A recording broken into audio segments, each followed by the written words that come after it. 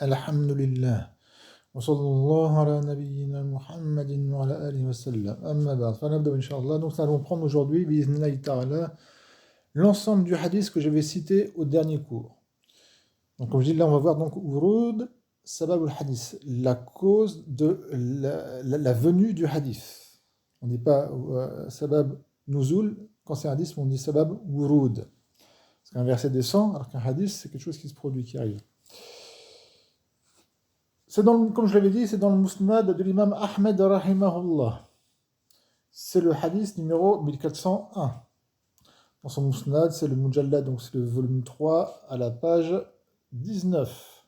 On va prendre l'isnad, Inch'Allah, directement. Comme ça, pour ceux qui ne l'ont jamais fait, vous saurez comment c'est un hadith du début à la fin. Donc là, on est dans le Musnad de l'imam Ahmed rahimahullah, et il commence à dire un hadith. Et il commence donc par ce qu'on appelle l'isnad, al-sanad, la chaîne de transmission. Donc l'imam Ahmed rahimahullah a écrit, donc il a dit Haddathana Waqi' nous a parlé, nous a informé Waqi'. Qal Haddathana Talha ibn Yahya ibn Talha. Là vous voyez, j'ai dit Qal, alors que l'imam Ahmed n'a pas dit, il n'a pas marqué Qal ici. Et ça, il faut le savoir. C'est une particularité dans la science du hadith, dans les asnad. Seulement dans les asnad, les muhaddithoun, les mukhrijoun, parce que là, l'imam Ahmed, rahimahullah, c'est un mukhrij, ils font des raccourcis. Et là, il faut le savoir, il faut dire qal. Il faut dire hadathana Waqi' qal, hadathani. Donc Waqi' il a dit. Donc il faut dire qal, il a dit, et ensuite, qu'est-ce qu'il a dit Waqi' Haddathani, nous a dit, qui nous a dit, nous a informé qui Talha ibn Yahya ibn Talha. Donc Talha, qui est le fils de Yahya, qui lui-même est le fils de Talha. Donc Talha, son grand-père, il s'appelle Talha aussi. Alors quand l'imam Ahmed rahimahullah il dit Haddathana, il veut dire qu'il était avec plusieurs personnes quand Waqi' a rapporté son isnad. Haddathani. Et quand Waqi' a dit Haddathani, il m'a rapporté ni à moi, il faut comprendre qu'il était apparemment seul. An Ibrahim ibn Muhammad ibn Talha. Donc, Waqi', donc l'imam Ahmed rapporte que, comme quoi, il a bien entendu Waqi' lui informer que Waqi' lui a dit comme quoi, les informés Talha ibn Yahya ibn Talha et Talha ibn Yahya ibn Talha, donc c'est-à-dire qu'il tient de Ibrahim ibn Muhammad ibn Talha, de Ibrahim, le fils de Muhammad, le fils de Talha. C'est-à-dire que lui-même Ibrahim tient de qui? De Abdullah ibn Shaddad, qui était tabiri, qui est un grand tabiri. C'est-à-dire que quand on dit grand, c'est pas dans le sens bien sûr de la taille, ni vraiment dans le sens de la bout de science. Ce qu'on appelle kibar tabi'in, c'est ceux qui ont connu beaucoup de sahaba et qui rapportent des hadiths de beaucoup de sahaba, et non pas de d'autres tabi'in et ensuite d'un sahabi. Donc c'est ceux qui sont très proches, c'est-à-dire généralement ils ont pas pu connaître le prophète parce qu'ils sont venus un petit peu après. Et ce qu'on appelle siral tabi'in, les petits tabi'in, ça veut dire que ceux ils sont à la fin de l'époque, donc ils ont connu très peu de sahaba. Donc Abdullah ibn Shaddad, rahimahullah, donc de lui.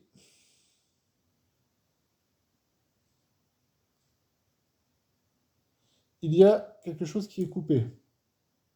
Parce que, regardez, Abdullah ibn Shaddad, et dessus, il y a Marcin Ba'afan.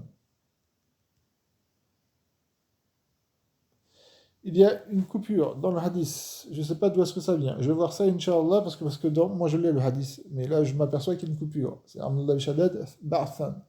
Parce que là, Abdullah ibn Shaddad, il va informer comme quoi le prophète a envoyé un groupe. Donc je vais voir ça et je reviens, Inch'Allah.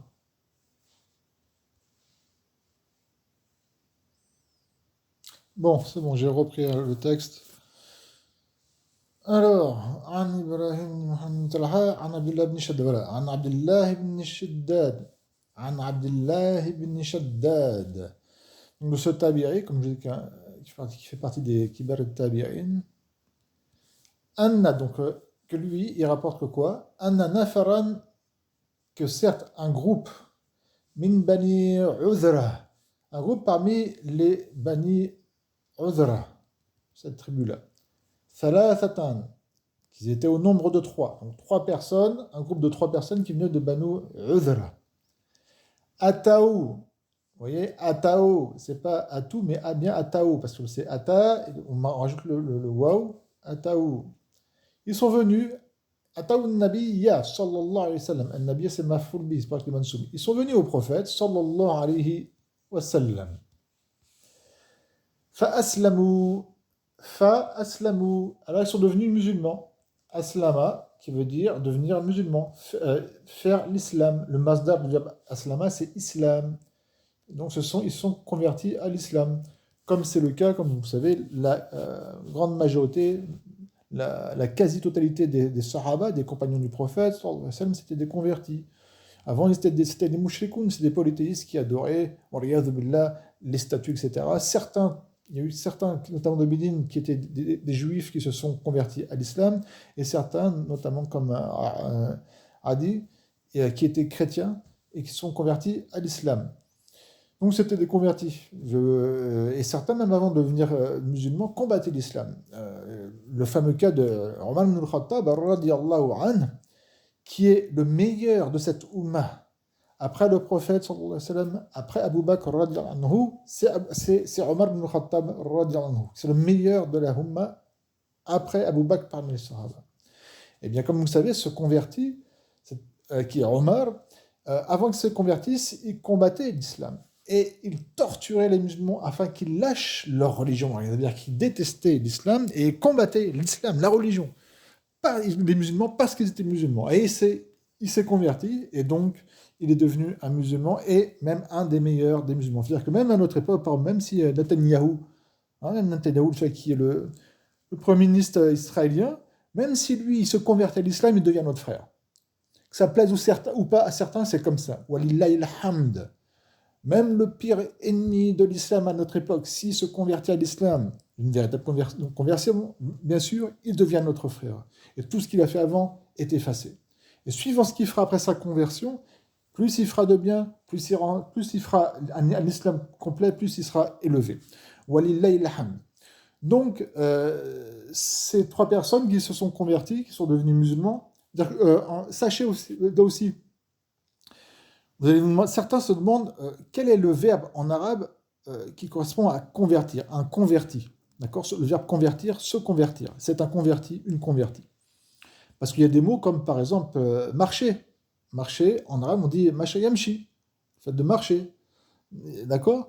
Sachez qu'il n'y a pas de verbe en arabe pour dire convertir. Il n'y a pas, lui c'est un converti. أنا ما نتكلم بالعربية مثلا يوجد واحد من فرنسا ومن بريطانيا من ألمانيا من الصين من أي بلد من البلاد وهو يسلم فكيف يقول له أنه converti كيف يقال بالعربية هو converti je vous traduis ce que je viens de dire. Imaginez qu'il y a une personne là qui vient et qu'elle soit de France, d'Allemagne, je dis encore à Chine, c'est la Chine, de Chine, etc., qui se convertit. En arabe, comment on dit cette personne se convertit? Il n'y a pas de mot converti, on dit aslama. Il est devenu musulman. Aslama. Il est devenu musulman. Et muslim, le mot muslim, c'est le ism fa'il du verbe aslama. On est tous des musulmans, on est tous des musulmans. D'accord? Donc là aussi, c'est pour ça que certains, quand on cherche au début, tiens, mais quand on étudie l'arabe, au début, il y a des mots, des mots, des noms, des verbes qu'on cherche en arabe et qu'on ne trouve pas. Notamment parce que ça n'existe pas vraiment comme le verbe convertir, et il est converti. Donc je continue, Inch'Allah. Et donc ils se sont devenus musulmans, ils sont convertis à l'islam, ils sont devenus des sahaba. Ces trois personnes sont devenues des sahaba, ce qu'on va voir après, ils sont morts sur l'islam. فقال النبي صلى الله عليه وسلم donc فقال النبي صلى الله عليه وسلم من يكفينيهم qui me suffit pour eux, c'est-à-dire qui se charge d'eux, parce qu'il venait lui, là on est à Médine, al-Madina. Et ces gens-là, ces trois personnes-là qui se sont converties, qui sont devenus musulmans, il fallait bien trouver des personnes pour qu'ils les accueillent chez eux afin de leur donner le gîte. Donc le prophète a demandé ça. Man yakfinihim, ça veut dire ça. Qui me suffit pour eux, c'est-à-dire qui peut les accueillir afin de leur donner le gîte. Talha, c'est un sahabi qui est assez connu. Donc Talha a dit, Ana, moi, donc c'est porté garant pour eux, afin de garant pour leur donner le gîte, et sûrement le couvert aussi. Qal, et il a dit. Donc là, فكانوا عند طلحة. Donc ils étaient, ces trois personnes-là, chez Talha, ce sahabi-là, un autre sahabi. Ensuite, alors, بعث النبي صلى الله عليه وسلم بعثا. Le prophète صلى الله عليه وسلم بعث, a envoyé un envoi. Et là, il faut comprendre une troupe, parce que là, il les envoie faire le djihad armé. D'accord? Il envoie بعثا. فخرج فيه أحدهم. Et alors est sorti dans elle, c'est-à-dire lui, dans lui, dans ce groupe, ahaduhum, un d'eux, et un des trois. Donc une de ces trois personnes qui venaient de Banu Uzara est parti dans une escouade pour faire le djihad sous ordre du prophète sallallahu alayhi wa sallam. Qu'est-ce qui s'est passé? Fastushhida, il est devenu shahid, c'est-à-dire qu'il est mort au combat, il est devenu shahid, martyr. Donc un de ces trois partis faire le djihad, et Fastushhida, il a été tué dans le djihad, donc il est devenu shahid. Le verbe istashhada, istushhida. Qal. Donc c'est Ibn Shaddad qui dit, Qal, il a dit, Thumma ba'atha ba'than. Ensuite, le prophète sallallahu alayhi wa sallam a envoyé un autre envoi, c'est-à-dire une autre escouade, d'accord, un autre groupe, un autre détachement militaire. Fakharaja fihim akharu. Et donc est sorti avec eux, avec ce détachement militaire, un autre des trois.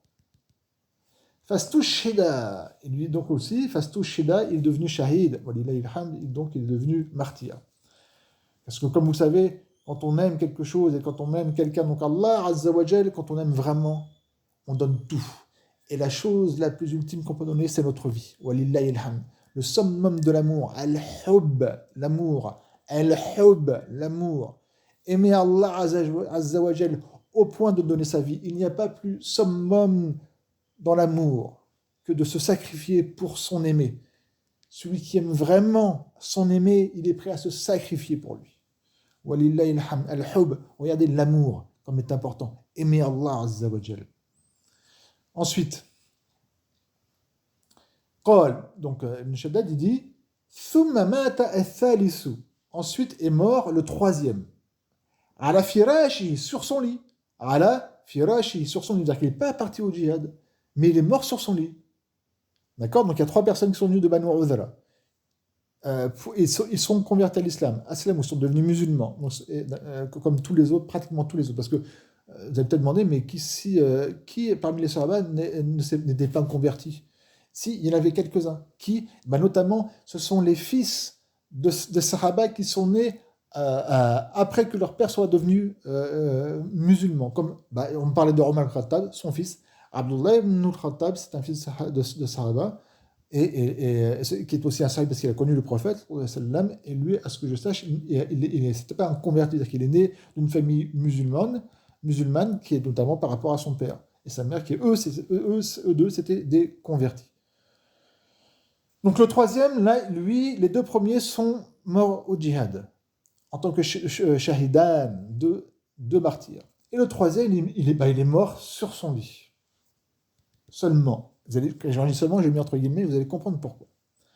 Qala Talha. Et Talha, donc ce sahabi qui les avait accueillis chez lui, les trois, a dit Fara'aitu haula thalatha alladhina kanu 'indi fil jannah. Et donc j'ai vu. Là, il parle quand il dormait, dans le rêve. Donc il a vu. Dans son rêve, il a vu quoi? Fara'aitu. Donc j'ai vu. Haula thalathata. J'ai vu ces trois-là. Alladhina kanu 'indi, qui étaient chez moi. Donc ces trois personnes de Banu Uzara. Je les ai vus où? Fil jannah. Je les ai vus au paradis. Donc les deux qui sont morts au djihad et celui-là qui est mort sur son lit. Il les a vus fil jannah. Masha'Allah, donc au paradis. Ensuite, écoutez bien. Faraytul mayyita ala firashihi amamahum. Alors j'ai vu le mort sur son lit, donc le troisième qui est décédé sur son lit. Talha dit, je l'ai vu amamahum, devant eux. Celui qui était devant, eh bien c'est celui qui était mort sur son lit, ce n'était pas un des deux qui est mort au djihad. Ensuite, Talha radiyallahu anhu, il dit وَرَأَيْتُ الَّذِي اسْتُشْهِدَ أَخِيرًا يَلِيهِ. Et j'ai vu celui qui s'est استشهد, donc il est mort martyr au djihad, en dernier, donc le deuxième, Yali, il le suivait. C'est-à-dire qu'en premier, devant, il y avait celui qui est mort sur son lit. Derrière lui, il y avait celui qui est mort au djihad, au deuxième groupe, au deuxième envoyé détaché militaire. Ensuite, Talha dit et j'ai vu celui qui a fait l'istishhad, donc qui est mort au combat en premier des deux, le premier qui est mort au combat, Akhirahum qui était le dernier. Donc il a vu en premier, le devant, en tout devant, celui qui est mort sur son lit, le suivait celui qui est mort juste avant le djihad, et ensuite, en dernier, il y avait celui qui a été tué au djihad en premier. Qal, il a dit, Fadakhalani min dhalika, et rentré en moi de ceci. C'est-à-dire qu'il y a quelque chose qui est rentré en lui. C'est-à-dire que vous devez comprendre que c'est-à-dire ça l'a un peu il a se trouvé un petit peu, comment dire, c'était ambigu ce qu'il avait vu, Comment ça se fait que celui qui est simplement mort sur son lit, il était devant, et les deux autres qui sont morts au djihad, eh bien ils étaient derrière. Alors que vous savez que mort au djihad en tant que martyr, c'est vraiment un élevé, avec tous les hadiths qui citent les bienfaits, c'est vraiment élevé. Donc il n'a pas compris exactement son rêve. Qal, il a dit, donc Talha, فَأَتَيْتُ النَّبِيَّ صَلَّى اللَّهُ عَلَيْهِ وَسَلَّمَ. Donc je suis venu au prophète sallallahu alayhi wa sallam. فَذَكَّرْتُ ذَلِكَ لَهُ. Et j'ai cité ceci à lui. قال. Vous voyez le verbe ذَكَرَ, ذَكَرْتُ, qui veut dire, là c'est dans citer, c'est pas le simple verbe de dhikr. Donc il a cité. C'est-à-dire que, comme je dis, le verbe ذَكَرَ, le mot dhikr, suivant son contexte, il a un sens. Donc, et donc là, il a posé, donc Talha a demandé au prophète l'explication sur comment ça se fait que celui qui est mort simplement sur son lit, il était devant, et les deux autres qui sont morts au djihad, et bien ils étaient derrière. Alors, le messager d'Allah, Rasulullah, le messager d'Allah sallallahu alayhi wa sallam a dit. Hop, je remonte le texte, voilà. وَمَا أَنْكَرْتَ مِنْ ذَلِكَ. Et qu'est-ce qui t'a fait méconnaître cela? Ama ankarta, méconnaître. Ou qu'est-ce qui t'a fait, entre guillemets, blâmer cela? Et ensuite, il a dit, et là c'est le hadith, vous voyez, et ça c'est le hadith que j'ai mis dans le hadith que j'ai fait au cours dernier. Le hadith que j'ai simplement mis, c'est la parole du prophète sallallahu alayhi wa sallam qui vient ici. Et l'explication de cette parole-là, c'est celle-ci. Et donc c'est là que le prophète sallallahu alayhi wa sallam, il a donné l'explication, il a dit, Laysa ahadun afdala indallah. Il n'y a personne meilleur chez Allah que qui? Min mu'minin, qu'un croyant, pas un kafir, pas un mécréant. Il faut être mu'min, il faut être croyant. Qu'un croyant, et qu'il faut il est quoi ce croyant? Yu'ammaru fil. Par contre, vous voyez, il y a toutes les harakat, donc c'est bien comme vous voyez, yu'ammaru. À qui on fait vivre, donc Allah le fait vivre, on le fait vivre dans l'islam et pas dans le kufr, dans l'islam.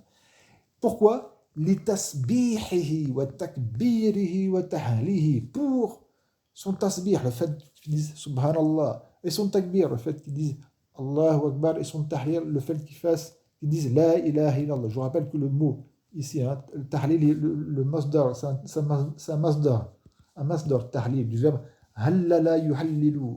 Tahlilan, le fait de dire la ilaha illallah. Voilà. Donc cette personne-là, il n'est pas mort au djihad, il est mort sur son lit, et il était devant les autres. Pourquoi? Parce qu'il a vécu plus longtemps dans l'islam, ce qui lui a fait faire plus de dhikr, plus de tasbih, plus de takbir et plus de tahlil. C'est pour ça qu'il était devant les deux autres, malgré que les deux autres, masha'Allah, ils sont morts, ils ont été tués au djihad. Pourquoi je dis pas mort? Parce qu'il ne faut pas dire normalement mort, qui, comme vous savez, voilà, il ne faut pas dire comme dans le Coran, dire que c'est à moitié, mais ils sont ahya, ils sont vivants. Ceux qui meurent, c'est-à-dire ceux qui combattent et qui décèdent, comme vous savez, au djihad, ils sont vivants auprès d'Allah Azza wa Jal. Donc voilà. Excusez-moi, je vais voir combien de temps, ça va déjà fait 19 minutes. Donc voilà, on a tout le hadith. Et là encore, c'est le mérite du dhikr. Et le mérite de faire beaucoup de dhikr. Parce que c'est pas. Le lam ici, c'est le lam ta'lil. D'accord? Lam al-ta'lil. Le ta'lil veut dire qu'il donne la cause. Quelle est la cause que un croyant, quelle est la cause que une personne est le meilleur auprès d'Allah Azza wa Jal? C'est le fait qu'il vive longtemps. Pourquoi? Comme je l'avais dit la fois, juste parce que vivre, dire que c'est un musulman, il vit longtemps, longtemps, longtemps, eh bien c'est tant mieux pour lui dans tous les cas. Non, c'est pas seulement pour ça. C'est parce que comme il vit longtemps, il va faire beaucoup de dhikr. Et donc, ça implique quoi? Plus on fait de dhikr dans la journée, plus on fait de dhikr, plus on fait de dhikr, meilleur on est auprès d'Allah Azza wa Jal. Je vous rappelle ce que le prophète sallallahu alayhi wa sallam a dit. Laysa ahadun afdala inda Allah. Il n'y a personne. Et le prophète sallallahu alayhi wa sallam, il est huwa as-sadiq al-masduq. Al-masduq. C'est celui qui dit la vérité. Et masduq est celui qu'on dit comme quoi il dit bien la vérité. Il n'y a personne meilleur auprès d'Allah qu'un croyant auquel on fait vivre le plus longtemps possible dans l'islam, c'est-à-dire qu'on fait vivre dans l'islam. Pourquoi? Pour son tasbih, subhanallah, pour son takbir, Allahu Akbar, et pour son tahlil, la ilaha illallah. Et comme j'ai dit, ce hadith, il a un autre isnad, dans un autre isnad, il y a en plus de ces trois-là, le fameux wa tahmidihi, et son tahmid, le fait qu'ils disent alhamdulillah, donc on trouve bien les quatre, subhanallah, walhamdulillah, wa la ilaha illallah, wallahu akbar. بارك الله فيكم سبحانك اللهم وبحمدك لا إله إلا أنت أستغفرك وأتوب إليك